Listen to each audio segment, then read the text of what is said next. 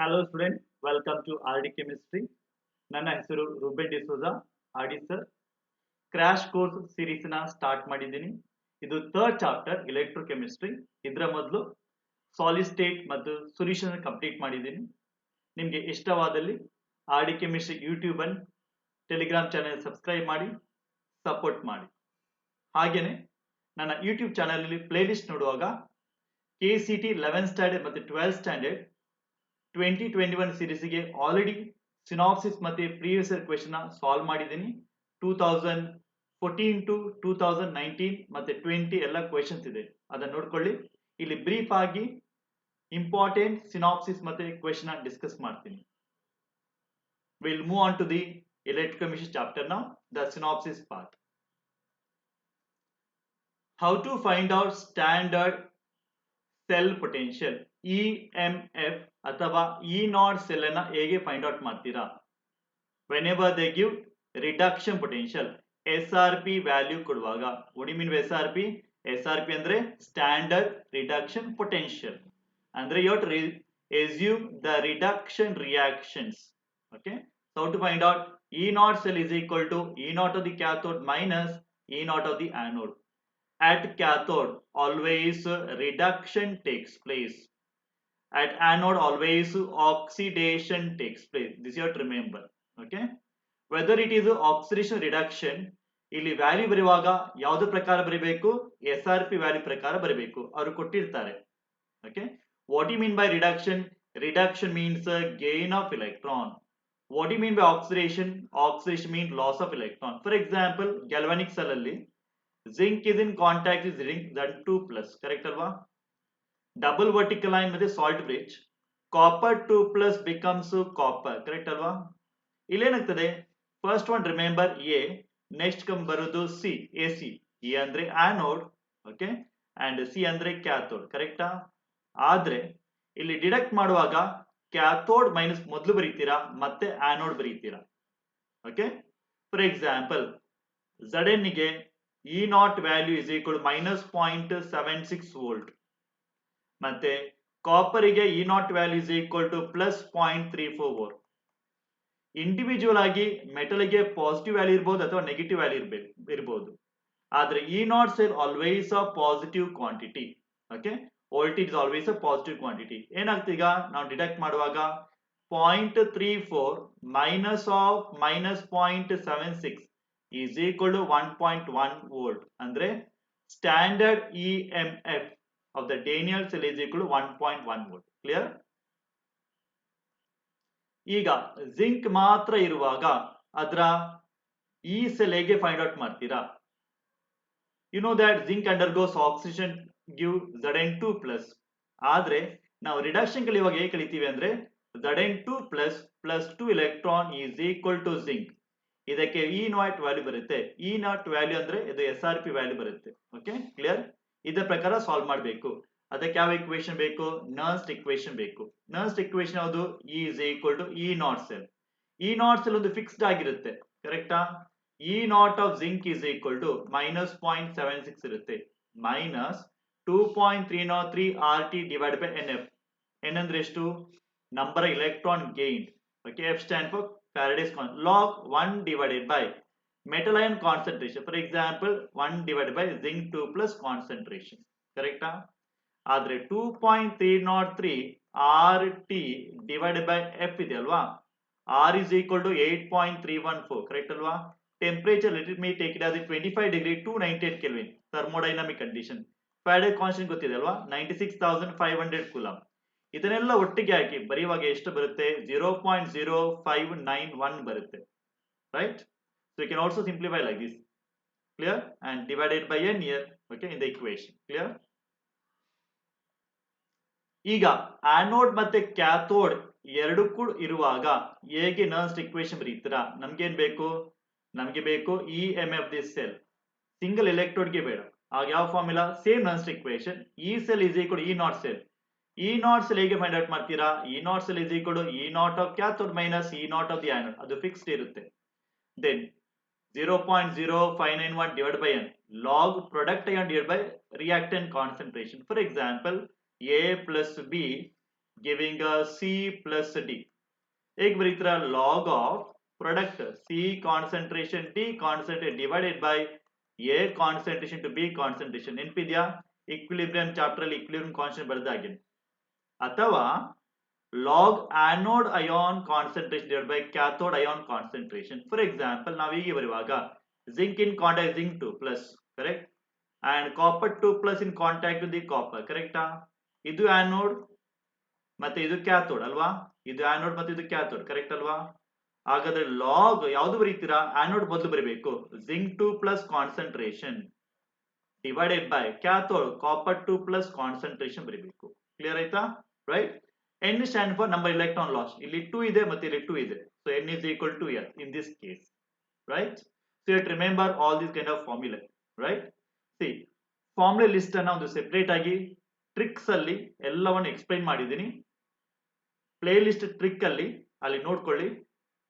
ಒಂದು play list ಅಲ್ಲಿ tricks ಅಡಿಯಲ್ಲಿ ಕೆಲವು ವಿಡಿಯೋಸ್ ಇದೆ, ಅದನ್ನು ನೋಡ್ಕೊಳ್ಳಿ ಮೊದಲು. Okay,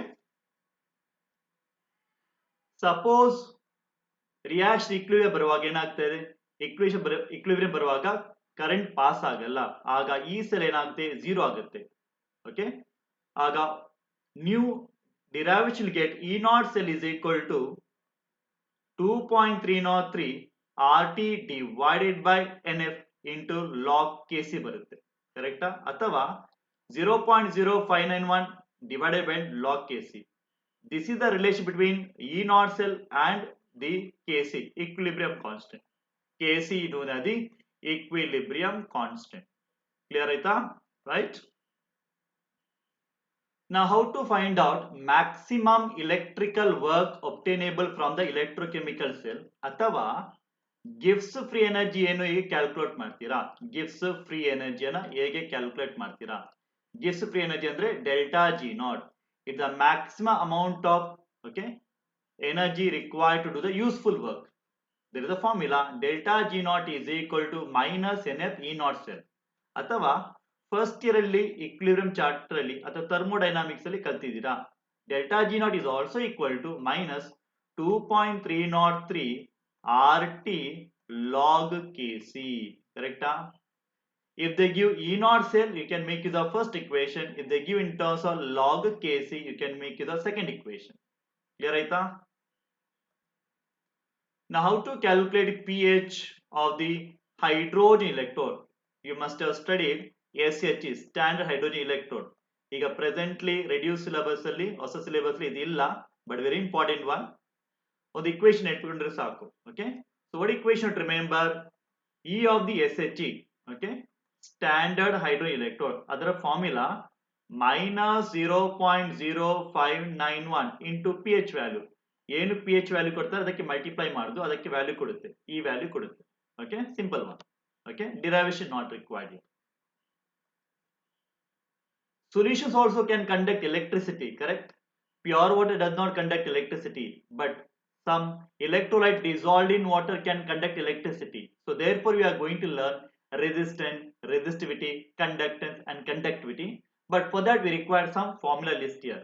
You know that resistance are either directly proportional to length of the solution and inversely proportional to area cross section, or R is equal to rho into L divided by A. R is the resistance and rho stand for the resistivity. It resistivity, or it is also called as the specific resistance. It is known as the specific resistance. Clear ಆಯ್ತಾ? Resistance, right?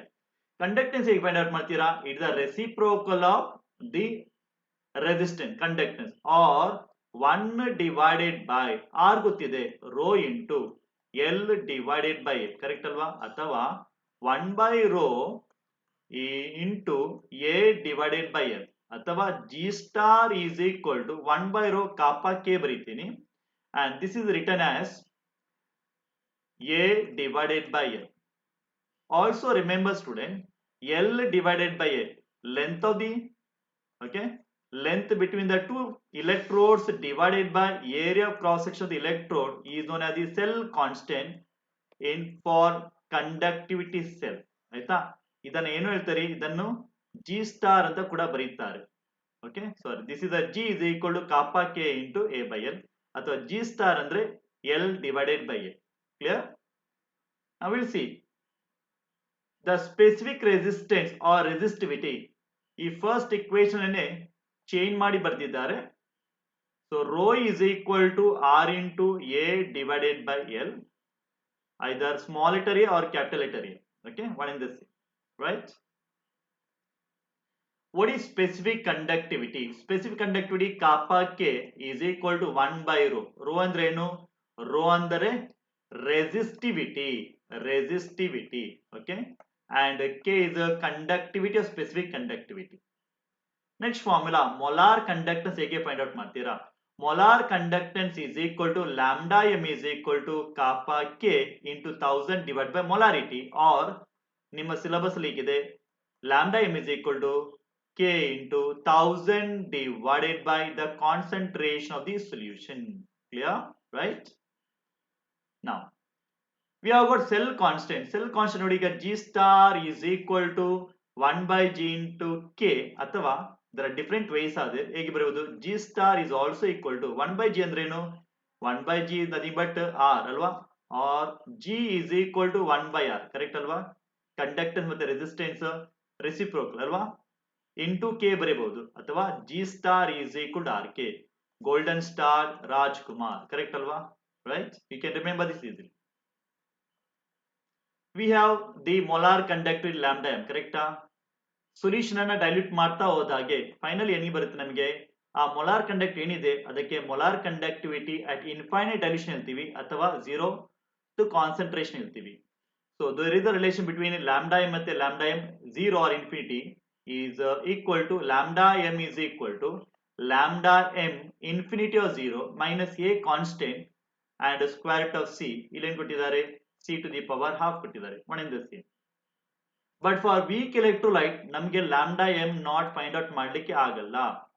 ಅದಕ್ಕೆ ನಮಗೆ Kohlrausch law ಬೇಕು. Kohlrausch law ದಲ್ಲಿ we are using a small letter lambda plus, okay, ಮತ್ತೆ minus. For example, if I take magnesium chloride ಏನು ಕೊಡುತ್ತೆ? magnesium 2 plus ಕೊಡುತ್ತೆ ಮತ್ತೆ 2 chloride ಕೊಡುತ್ತೆ, ಕರೆಕ್ಟಾ?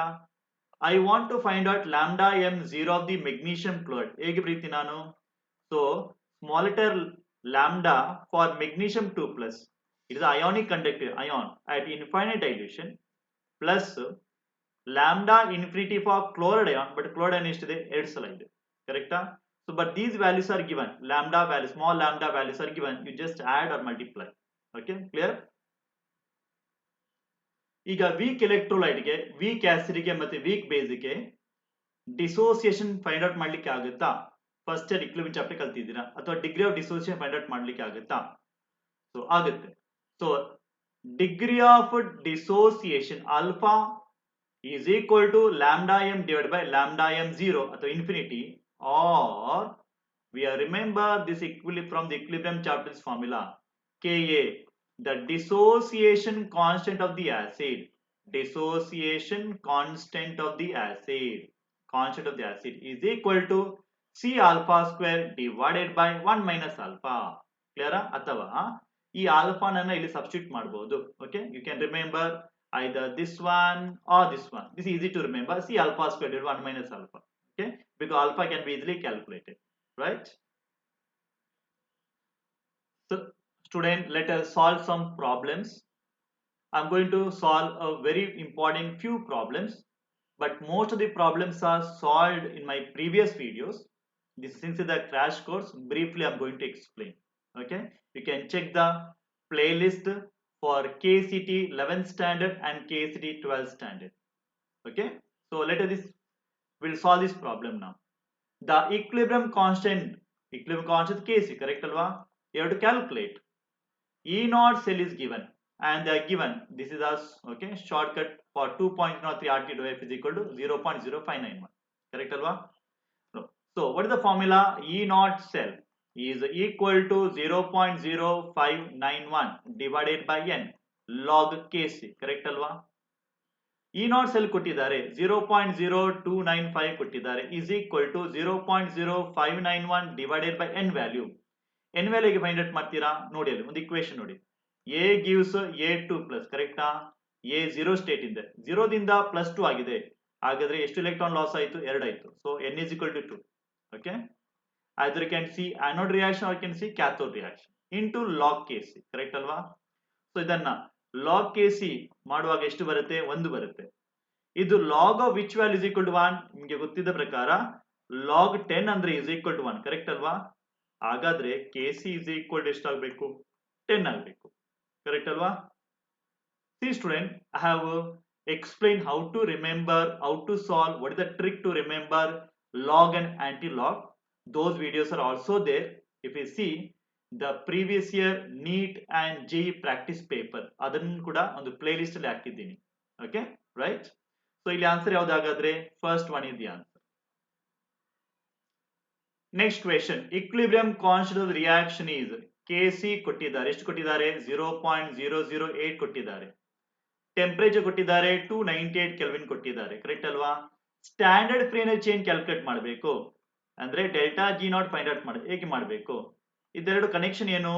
You know that delta G not is equal to -2.303 RT log Kc ಅಲ್ವಾ?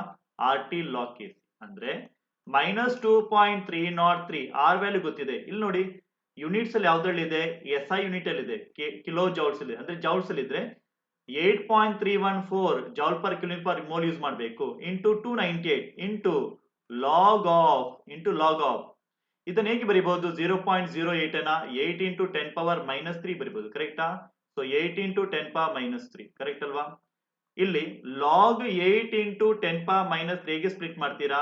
So I right directly here 3 minus log 8, correct ಅಲ್ವಾ? ಅಂದ್ರೆ 3 minus ಈ ಟ್ರಿಕ್ಸ್ ಎಲ್ಲ ಲಾಗ್ ಆಂಟಿ ಲಾಗ್ ವಿಡಿಯೋದಲ್ಲಿ ಇದೆ. ಲಾಗ್ 3 ಹೇಗೆ ಬರೀತೀರಾ? ಲಾಗ್ 8 ಹೇಗೆ ಬರೀತೀರಾ? ಲಾಗ್ 2 ಟು ದಿ ಪವರ್ 3, ಕರೆಕ್ಟಾ? ನಾನು ಮೇಲ್ಗಡೆ ಬರೀತೀನಿ ಈಗ. ಲಾಗ್ 2 ಟು ದಿ ಪವರ್ 3 ಅನ್ನ ಪ್ರಾಪರ್ಟೀಸ್ ಆಫ್ ಲಾಗರಿಥಮ್ ಬರೆಯುವಾಗ 3 ಇಂಟು ಲಾಗ್ 2 ಬರೀತೀರಾ, ಕರೆಕ್ಟಾ? 3 ಇಂಟು ಲಾಗ್ 2 ಎಷ್ಟಿದೆ? 0.3010, ನಿಮ್ಗೆ ಗೊತ್ತಿದೆ ಅಲ್ವಾ? ಅಂದ್ರೆ ಇದು 0.39 0.93 ಆಯ್ತು, ಕರೆಕ್ಟ್ ಅಲ್ವಾ? ಅಂದ್ರೆ 3 ಮೈನಸ್ 0.9 ಆಯ್ತು, ಕರೆಕ್ಟ್ ಅಲ್ವಾ? ಅಂದ್ರೆ ಇದು ಎಷ್ಟಾಯ್ತು? 2.1 ಆಯ್ತು approximately, correct? 2.1, right students? So ಇಲ್ಲಿ ನೋಡಿ ಇದನ್ನ ಮೈನಸ್, ಇದು -3 ಆಗ್ಬೇಕು, -3 ಪ್ಲಸ್ ಅಂದ್ರೆ ಸ್ಪ್ಲಿಟ್ ಮಾಡುದು ಅಲ್ವಾ? -3 ಅಂದ್ರೆ ಎಷ್ಟಾಯ್ತು? ಇದು -3 ಆಯ್ತು, ಇದು ಪ್ಲಸ್ ಆಯ್ತು, ಅಂದ್ರೆ ಇದು -3 ಆಯ್ತು, ಇದು ಪ್ಲಸ್ ಆಯ್ತು, ಅಂದ್ರೆ ಇದು -2.1 ಆಯ್ತು, ಕರೆಕ್ಟ್ ಅಲ್ವಾ? ಇಲ್ಲಿ ಈಗ ಡೆಲ್ಟಾ ಜಿ ನಾಟ್ ಬರೆಯುವಾಗ ಮೈನಸ್ ಇದೆ ಇಲ್ಲಿ, ಓಕೆ? 2.303 ಇಂಟು 8.314 ಇಂಟು 298 ಇಂಟು -2.1 ಆಗುತ್ತೆ, ಕರೆಕ್ಟಾ? ಇದನ್ನೆಲ್ಲ ಮಲ್ಟಿಪ್ಲೈ ಮಾಡುವಾಗ ಮೈನಸ್ ಮೈನಸ್ ಪ್ಲಸ್ ಆಗುತ್ತೆ, ಮೈನಸ್ ಮೈನಸ್ ಪ್ಲಸ್ ಆಗುವಾಗ ಇಲ್ಲಿ ಬರುತ್ತೆ 11982 ಬರುತ್ತೆ, ಓಕೆ? ಇಂಟು ಜೌಲ್ಸ್ ಅಲ್ಲಿ ಬರುತ್ತೆ, ಅದನ್ನ ಕಿಲೋ ಜೌಲ್ಸ್ ಕನ್ವರ್ಟ್ ಮಾಡಿ. ಸೊ 11.982 ಕಿಲೋ ಜೌಲ್ ಬಂದ್ಬಿಡುತ್ತೆ, ಕರೆಕ್ಟಾ? ಸೊ ಹಾಗಾದ್ರೆ ಆನ್ಸರ್ ಯಾವ್ದು ಬೇಕಾಗಬೇಕು? ಪಾಸಿಟಿವ್ ವ್ಯಾಲ್ಯೂ ಇರಬೇಕು. ಸೊ ಅಪ್ರಾಕ್ಸಿಮೇಟ್ಲಿ ಫಸ್ಟ್ ಒನ್ ಅಲ್ವಾ? First one is the answer. ಅರ್ಥ ಆಯ್ತಾ? ರೈಟ್. ನೆಕ್ಸ್ಟ್ ಕ್ವೆಶ್ಚನ್ ನೋಡ್ಕೊಳ್ಳಿ. The EMF of the galvanic cell constituted with the electrodes. Okay, ಇಲ್ಲಿ ಕೊಟ್ಟಿದ್ದಾರೆ ವ್ಯಾಲ್ಯೂಸ್ ಕೊಟ್ಟಿದ್ದಾರೆ, ಜಿಂಕ್ ಮತ್ತು ಅಯನ್ ಕೊಟ್ಟಿದ್ದಾರೆ. ಯಾವುದು ಲೆಸ್ ವ್ಯಾಲ್ಯೂ ಇದೆ? ಲೋವರ್ ವ್ಯಾಲ್ಯೂ ಇದೆ. ಜಿಂಕ್ ಗೆ ಲೋವರ್ ವ್ಯಾಲ್ಯೂ ಇದೆ, ಅಯನ್ ಗೆ ಹೈಯರ್ ವ್ಯಾಲ್ಯೂ ಇದೆ. Okay, whenever there is a lower value it act as anode. ಯಾವುದು ವ್ಯಾಲ್ಯೂ ಹೆಚ್ಚಿರುತ್ತೆ ಕ್ಯಾಥೋಡ್. ಎರಡು ಕೂಡ ನೆಗೆಟಿವ್. ಯಾವುದು ಹೆಚ್ಚು ನೆಗೆಟಿವ್ ಇದೆ ಅದು ಆನೋಡ್ ಆಗುತ್ತೆ, ಯಾವುದು ಕಡಿಮೆ ನೆಗೆಟಿವ್ ಇದೆ ಅದು ಕ್ಯಾಥೋಡ್ ಆಗುತ್ತೆ. ಕರೆಕ್ಟ್ ಆಯ್ತಾ? Clear, right? Now you know that we can calculate E cell is equal to E naught of cathode minus E naught of the anode, correct ಅಲ್ವಾ? E naught cell ಗೆ ಇಲ್ಲಿ cathode ಯಾವುದು? Iron ಅಲ್ವಾ? ಎಷ್ಟು ಬಂತು? -0.41, correct ಅಲ್ವಾ? Minus of anode ಎಷ್ಟು? -0.76, okay? So is equal to -0.41, minus of minus plus ಆಗುತ್ತೆ, ಸೊ 0.76 ಆಗುತ್ತೆ. ಟೋಟಲ್ ಎಷ್ಟಾಗುತ್ತೆ? 0.35 ವೋಲ್ಟ್ ಆಗುತ್ತೆ. ಪಾಸಿಟಿವ್ ವ್ಯಾಲ್ಯೂ ಬಂದ್ಬಿಡುತ್ತೆ, ಕರೆಕ್ಟಾ? So they answer is option number 3. ಸರಿಯಾಗಿ ನೋಡ್ಕೋಬೇಕು, ಇಲ್ಲಿ ಮೈನಸ್ ಇದೆ, ಇದು ಪ್ಲಸ್ ಇದೆ, ಕರೆಕ್ಟಾ? Right. Question number 4. Which of the following is incorrect in a galvanic cell? ಎಲ್ಲ ನೋಡ್ಕೊಳ್ಳೋಣ. Electrode at which electrons are gained is cathode, correct. Reduction ಎಲ್ಲಿ ಆಗುತ್ತೆ? ಅದು ಕ್ಯಾಥೋಡ್ ಆಗುತ್ತೆ, ಕರೆಕ್ಟಾ? Oxidation always occur at the anode, ಇದು ಕೂಡ correct statement. The electrode at which electrons are lost is not called as the cathode but it is called as the anode. ಹಾಗಾದ್ರೆ third statement wrong statement ಇದೆ. Next one, fourth one, reduction occurs at cathode correct ಇದೆ. ಹಾಗಾದ್ರೆ ಇದಕ್ಕೆ answer ಯಾವುದು? Option number 3, right? Next question, standard reduction potential ಅಂದರೆ SRP values ಅನ್ನು ಕೊಟ್ಟಿದ್ದಾರೆ. ಇದೆಲ್ಲ ರಿಡಕ್ಷನ್ ನೋಡಿ, +2 electron, +2 electron, 3 electron, 2 electron, ಇದೆಲ್ಲ ರಿಡಕ್ಷನ್ ರಿಯಾಕ್ಷನ್, ಅದಕ್ಕೆ ಸ್ಟ್ಯಾಂಡರ್ಡ್ ರಿಡಕ್ಷನ್ ಪೊಟೆನ್ಷಿಯಲ್ ಅಂತ ಕರೆಯೋದು ನಾವು. ಓಕೆ, ದ ವ್ಯಾಲ್ಯೂಸ್ ಇಲ್ಲಿ -0.76, ಇದು +0.0 ಅಂದ್ರೆ +0, okay, R 0 it is a +0.74, ಇದು +2.87. question is which of the following the strongest reducing agent? Strongest reducing agent one, which are the lowest SRP value. ಯಾವುದು SRP value ಕಡಿಮೆ ಇರುತ್ತೋ ಅದು ವೆರಿ ಗುಡ್ ರೆಡ್ಯೂಸಿಂಗ್ ಏಜೆಂಟ್ ಆಗಿರುತ್ತೆ, ಯಾವ್ದು value ಹೆಚ್ಚಿರುತ್ತೋ ಅದು oxidising agent ಆಗಿರುತ್ತೆ. ಹಾಗಾದ್ರೆ ಯಾವ್ದಕ್ಕೆ ಕಡಿಮೆ ಆನ್ಸರ್ ವ್ಯಾಲ್ಯೂ ಇದೆ? ಜಿಂಕಿಗೆ ಕಡಿಮೆ ವ್ಯಾಲ್ಯೂ ಇದೆ, ನೆಗೆಟಿವ್ ಇದೆ, ಕರೆಕ್ಟಾ? So answer is which one? Zinc is a very good reducing agent. ಇಲ್ಲಿ ಇನ್ನೊಂದು ಕ್ವೆಶ್ಚನ್ ಕೇಳಿದ್ರೆ which is a very good oxidising agent, ಯಾವುದಕ್ಕೆ ಹೈಯೆಸ್ಟ್ ವ್ಯಾಲ್ಯೂ ಇದೆ? ಇಲ್ಲಿದೆ ನೋಡಿ, +2.87 ಮ್ಯಾಕ್ಸಿಮಮ್ ವ್ಯಾಲ್ಯೂ, ಅದಕ್ಕೆ ಯಾವುದಕ್ಕೆ? Fluorine. And in the fluorine gas, that is halogen, is the strongest oxidizing agent. Okay, right?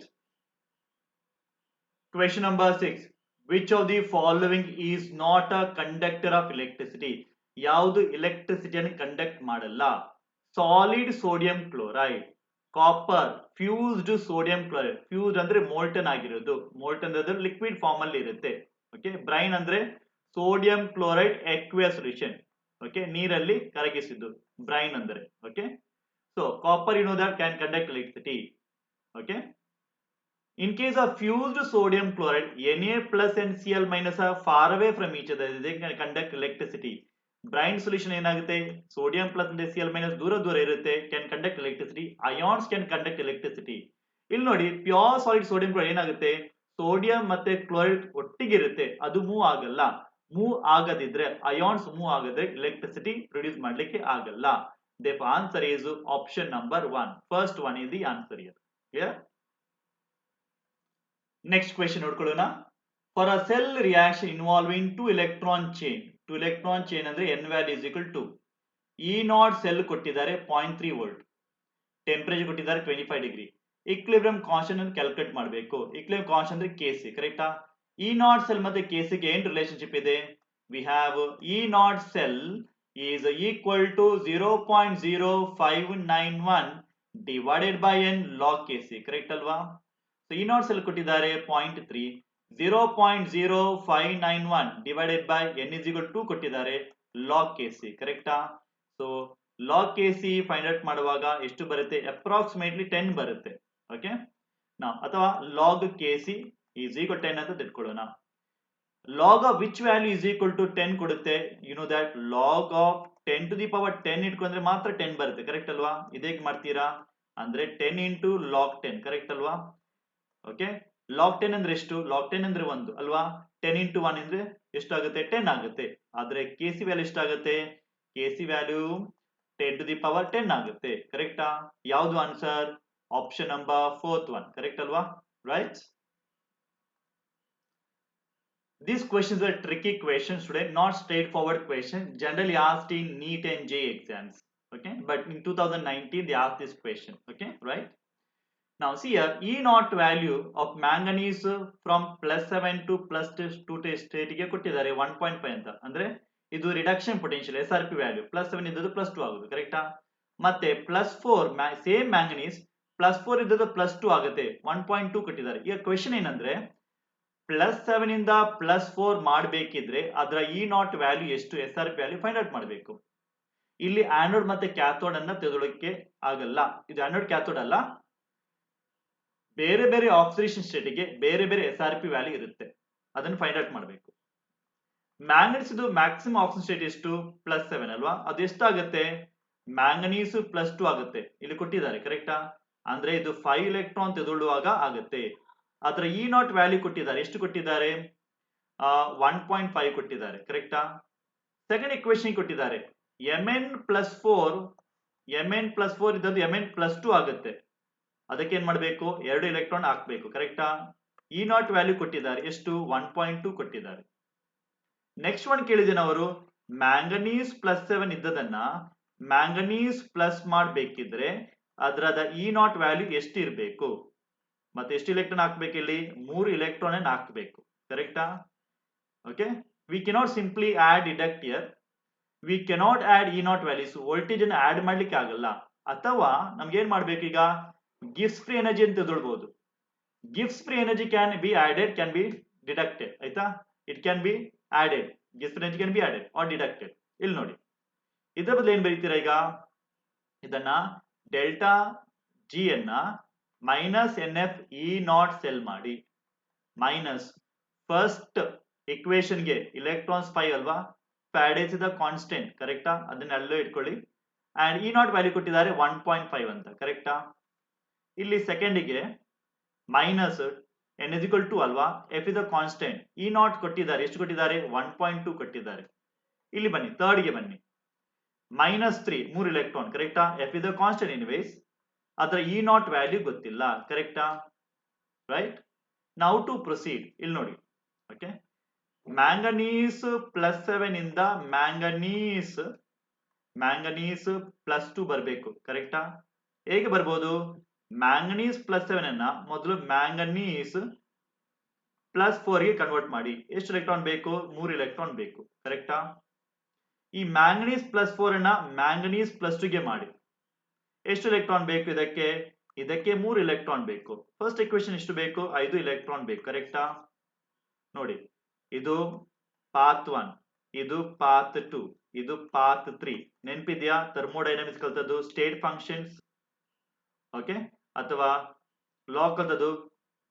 What is that law, whether the reaction take place single step or in several step, enthalpy always remain the same, ಗಿವ್ಸ್ energy always remain the same. ಅಂದ್ರೆ first step ಇದು ಗಿವ್ಸ್ energy is equal to 2 ಮತ್ತೆ 3 ಗೆ add ಮಾಡಬೇಕು.